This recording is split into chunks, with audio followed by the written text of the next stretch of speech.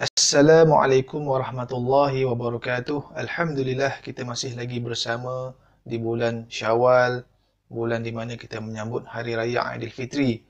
Tetapi pada tahun ini berbeza sedikit sebab kita masih lagi dalam tempoh PKPB disebabkan oleh virus corona.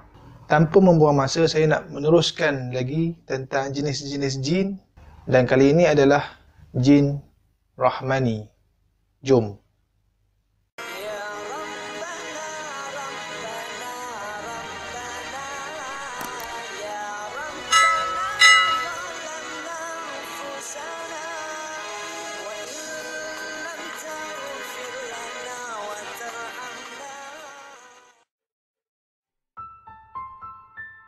Jin Rahmani merupakan daripada golongan jin Islam yang mana jin-jin ni telah memeluk agama Islam dan mengamalkan syariat Islam, dan mereka juga mempunyai mazhab-mazhab seperti mana manusia. Contoh kalau manusia kita ada mazhab Maliki, Hambali, Syafi'i, Hanafi.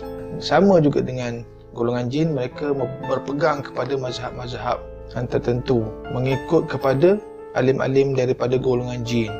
Namun asal kewujudan mereka masih lagi sama, iaitu daripada golongan jin yang diciptakan daripada api yang menyala. Firman Allah Subhanahu wa taala, dan jin pula kami jadikan dia sebelum itu dari angin api yang panasnya menyerap ke liang Roma.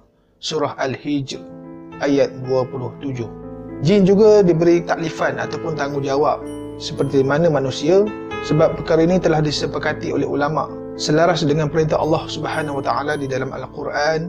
Firman Allah Subhanahu wa taala, dan ingatlah aku tidak mencipta jin dan manusia melainkan untuk mereka menyembah dan beribadat kepadaku. Surah Az-Zariyat ayat 56. Sekiranya mereka ini, jin-jin ini mentaati perintah Allah, maka Allah akan meredai mereka. Seterusnya mereka akan mendapat ganjaran syurga sama seperti manusia. Tetapi jika mereka mengingkari perintah Allah dan melakukan kezaliman, kerosakan dan kejahatan, maka nerakalah tempat mereka yang sebenarnya. Itu sebab kita boleh katakan di antara manusia dan jin ini tidak banyak beza dari segi tugasnya, dari segi tanggungjawabnya kepada agama tu, kepada dunia ini, kewujudannya apa. Cumanya dari segi perbezaan tu sekadar daripada asal penciptaan dan rupa bentuknya. Seperti mana yang kita ketahui, asal penciptaan jin ini berasal daripada api yang menyala. Dia dicipta daripada lidah api tu, api yang hujung-hujung tu. Itu yang diambil untuk dicipta sebagai jin. Dan manusia pula dicipta daripada tanah. Itu perbezaan yang ketara lah.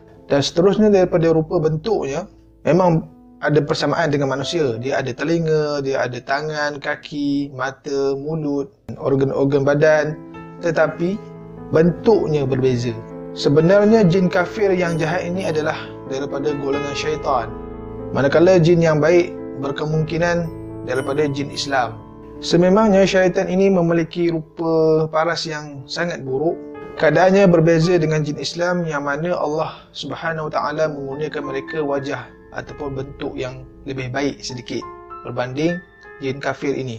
Saya merujuk kepada satu buku daripada penulisnya Muhammad Isa Daud. Bukunya bernama Berdialog dengan Jin Islam. Dia mengatakan jin merupakan makhluk yang tidak jauh bezanya dengan manusia, kecuali terdapat perbezaan sedikit saja. Contohnya seperti kepala jin tu sedikit besar daripada badannya. Kalau macam manusia kita seimbang. Mata jin dikatakan sedikit memanjang ke atas dan ia sedikit miring ke arah dahi, macam memanjang ke sini. Macam Cina ataupun orang Jepun ni ke mata sepek kan. Dia macam tu. Tapi dia panjang lah sampai ke sini mata dia. Tetapi mata jin ni tidaklah sepet seperti manusia tu, macam Cina tu. Cumanya dia memanjang ke sini dan matanya bulat besar dan lebar seperti rusa. Contohnya macam rusa, dan memanjang. Maknanya mata dia besar lah. Warna mata jin ni sama juga seperti manusia. Dia ada yang berwarna kuning, berwarna coklat, berwarna hijau, biru dan hitam. Justru ada yang beranggapan bahawa mata jin yang berwarna merah tu kemungkinanlah ia merupakan satu silauan. Sama macam kucing atau anjing, kadang kita nampak bila terkena cahaya dia akan menjadi mata yang bersinar, yang berwarna kuning atau berwarna merah. Sebab mata dia sama macam binatang. Bila ada satu cahaya kena mata dia, dia akan jadi berwarna merah. Disebabkan itu, jin-jin ini dia boleh menyamar ataupun berupa binatang. Contohnya macam kucing, anjing, kuda ataupun binatang-binatang yang tertentu lah, harimau. Kalau ikutkan jin Islam ni, dia mengikut sunnah Nabi SAW, iaitu ia menyimpan janggut lah. Ia menyimpan janggut yang panjang. Tetapi ada juga yang tidak berjanggut. Rambut jin lelaki ni sangat kasar dan tebal, tetapi jin wanita lagi tebal. Rambut jin wanita ni sangat panjang. Kalau contoh tubuh badan dia sebesar manusia, rambut dia boleh mencecah tanah dan panjang lagi sampai 1 meter tu. Itu dia simpan rambut dia. Tangan bangsa jin ni serupa dengan manusia, cuma ia berbeza sikit pada bahagian lengan dan kukunya. Dia panjang sikit. Jin juga mempunyai tulang, organ-organ badan seperti jantung, paru-paru, usus. Tetapi tulangnya berbeza dengan manusia, tulangnya sedikit besar. Maknanya kalau kita tubuh badan manusia ni dilitupi oleh kulit dan otot, jin ini tulangnya lebih banyak ataupun lebih besar daripada kulit dan otot. Apabila kita lihat tubuh badan dia, seakan-akan tulang yang terkeluar daripada tubuhnya. Maknanya tulang dia besar selaputi kulit. Otot dia sikit je, isi dia sikit saja. Seperti mana yang saya katakan tadi, jin ini mempunyai organ dan organnya sedikit kecil berbanding manusia. Dan jin ini tidak memerlukan oksigen yang banyak. Warna kulit jin ini berbeza dengan manusia. Kalau kita katakan jin, ia lebih kepada warna hitam ataupun kelabu, macam warna kerbau tu. Warna kelabu kan. Ada juga yang berwarna merah ataupun putih. Kalau jin kafir, kebanyakannya berwarna merah, hitam dan kelabu. Ada juga yang berwarna biru. Itu ikut kepada suku-suku ras kaum bangsa dia. Dia ada banyak. Tapi boleh dikatakan majoritinya berwarna hitam, merah, putih dan kelabu. Dan majoriti daripada mereka mempunyai bulu yang sangat tebal. Dan semestinya jin ini mempunyai tanduk. Kalau kita nak bandingkan antara jin Islam dan jin kafir, jin Islam ni tanduk dia kecil sikit. Kalau nak kata panjang pun, panjang bentuk nun tu, melengkung. Tapi dia kecil lah.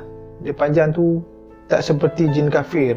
Jin kafir ni panjangnya boleh mencecah bahu. Kalau nak dikatakan bukan 2 tanduk, 3-4 tanduk dia boleh ada. Di dagunya, di pipinya. Tanduknya ketumbuh di sekitar tubuhnya, ikut kepada jenis dia. Tetapi kalau jin Islam, dia mempunyai 2 tanduk sahaja. Jin Islam juga mempunyai kerajaan, sama seperti jin kafir. Yang seperti mana saya kata sebelum ini, jin kafir mempunyai kerajaan bawah tanah yang diperintah oleh 7 raja dan 4 Perdana Menteri yang 4-4-nya dalam kalangan jin ifrit. Tetapi untuk jin Islam ini, mereka mempunyai pemerintahan di atas langit, yang mana terdiri juga daripada 7 orang raja dan 4 Perdana Menteri yang diperintah oleh jin-jin Islam yang tertentu. Ada nama-nama dia.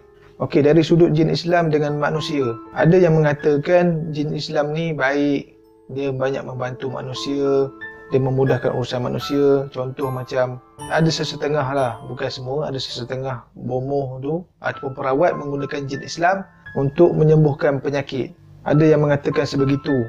Tetapi kita perlu ingat, walaupun dia jin Islam sekalipun, ada juga jin Islam yang jahat. Sama macam manusia, kita ada yang Islam tetapi ada yang bersifat munafik, tamak, haloba, tak ikut perintah Allah, tinggal solat, tak puasa, minum arak. Ada dalam kalangan orang Islam tu.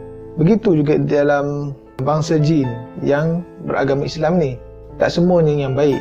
Sebab saya pernah dapat satu kes yang mana jin Islam masuk ke dalam tubuh wanita itu sebab dia kata dia suka kepada wanita tersebut.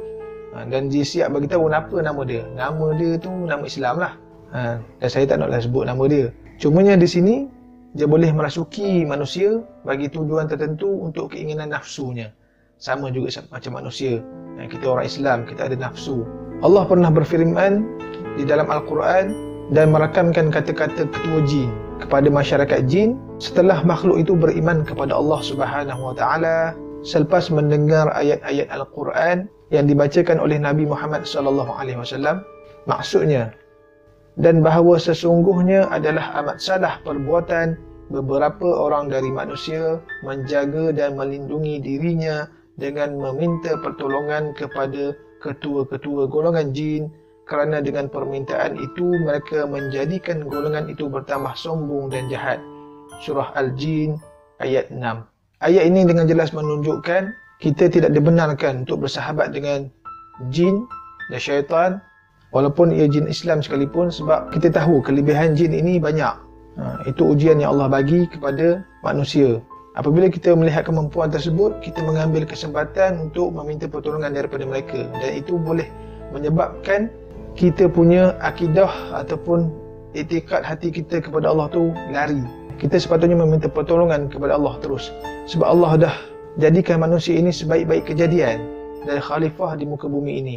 Itu kita punya kekuatan kita. Jadi manusia sememangnya ditegah untuk bersahabat ataupun mengambil khidmat jin ini, tak kiralah jin Islam ataupun jin kafir, dalam melakukan sebarang perawatan ataupun perubatan ataupun untuk kepentingan diri. Baik, itu sahaja perkongsian saya untuk tajuk kali ini. Moga-moga bermanfaat. InsyaAllah kita akan bersambung lagi. Mungkin di minggu hadapan saya akan cuba berkongsi perkara yang lebih menarik lagi. Nak tahu apa yang menarik tu, kita tunggu minggu depan.